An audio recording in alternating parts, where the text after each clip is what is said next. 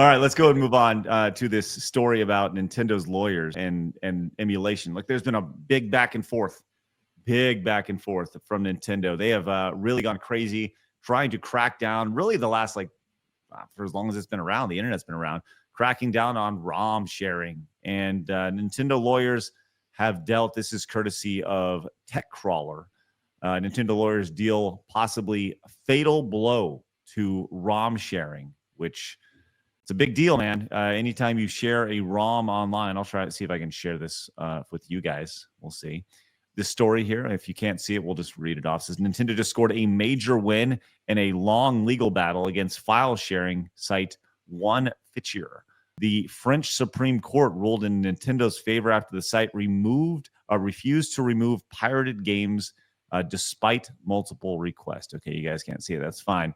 OneFichier is a general-purpose file sharing site, not particularly a piracy hub, but it faced legal action for hosting and distributing pirated Nintendo content. The court's decision is a game changer in file sharing sites in Europe. From now on, companies must take down infringing material or face hefty fines and be forced to compensate the rights holders. The ruling could affect how file sharing services operate across the continent, especially those hosting and sharing pirated content. Nintendo's anti-piracy stance has been aggressive, and this victory is part of the ongoing efforts to stop piracy related to the Nintendo Switch.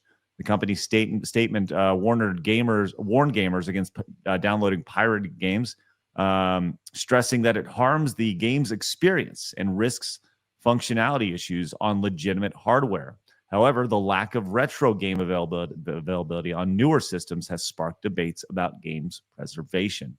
So this goes back to the idea of file sharing in general, the dangers if you are sharing a file. Now, this could go to something as simple as locals, right? Or like you can share files on locals or any sort of file sharing site.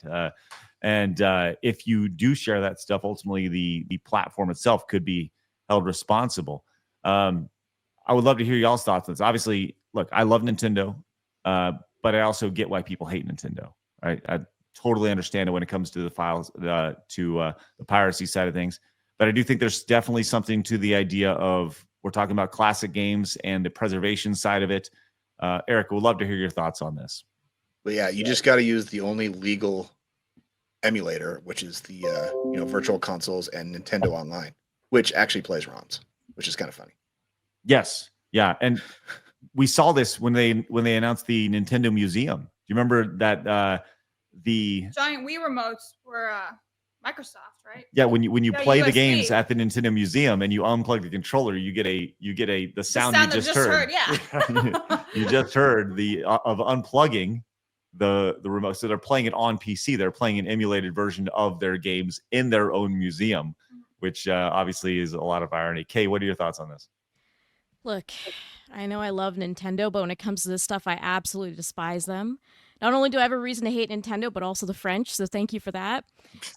This is awful. It doesn't just affect ROMs. This also could affect homebrews. This could affect people who are making games in this style using assets from those games. So I don't think we fully realize the full scope of this yet, and that's kind of scary. The thing, too, is that regulation usually starts in Europe. Like, Europe usually cracks down on something, and then it starts to trickle throughout the rest of the world. So I'm pretty worried hearing that news, on top of the fact that they're holding the platforms responsible, which means that every single platform is going to start to crack down, even going to like Discord and like Google Drive and all of this stuff. Like, it might be extremely difficult to push these assets anywhere. Now, if you own the game physically, you're allowed to have a rip of the ROM. So I don't know. It's a piss off, and it's also a piss off with the fact that, I mean, half of these games are not being put on modern consoles for us anymore in their original form. They're either making like these. Well, the thing is, they're like remaking these games and they're not like the same, or they're like erasing parts of it for modern sensibilities. So yeah, this actually makes me pretty furious because it's just. It destroys preservation on so many levels. And I really hope this doesn't spread further or somebody tries to appeal this or something. Fuck the French, man, and fuck Nintendo for this.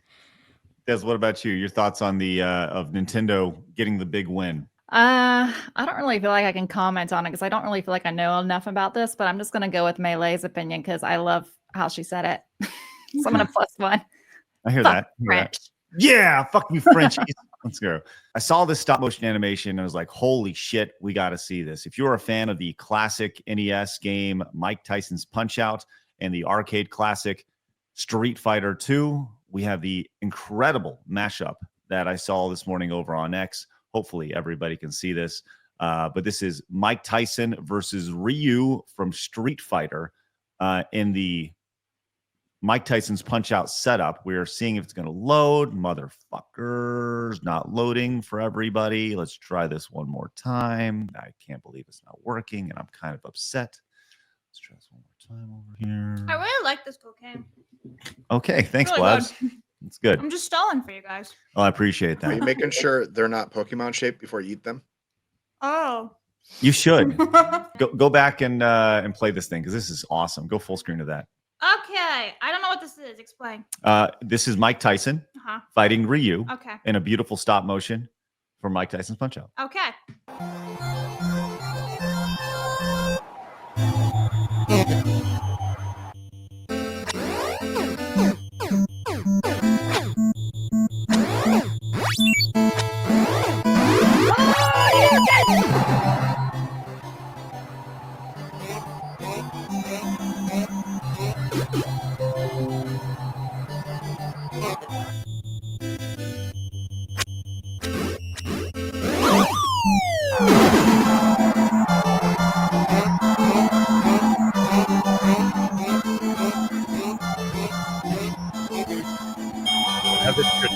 As it should be. Mike wearing everybody out.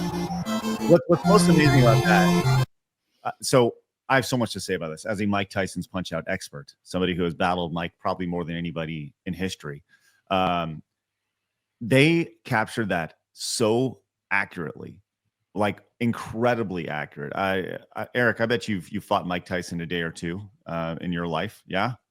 Yep. It was like 1 for 1 It was. replicated. Yeah. The animations were perfect on that. Des, you ever fought Mike Tyson before? I haven't done Mike Tyson, no. Yeah. You know, we were talking about maybe having Blabs play a little Mike Tyson's Punch Out. Yes. And potentially seeing if she can beat Glass Joe, who's the first character in the game. Kay, you ever played any of Mike Tyson's Punch Out before? Oh, I love those games. Yeah, they're fun. What- I'm no what- expert like you, though. I know you had a whole thing going. That was awesome. Mike Tyson was my rival, and guess what? I beat him.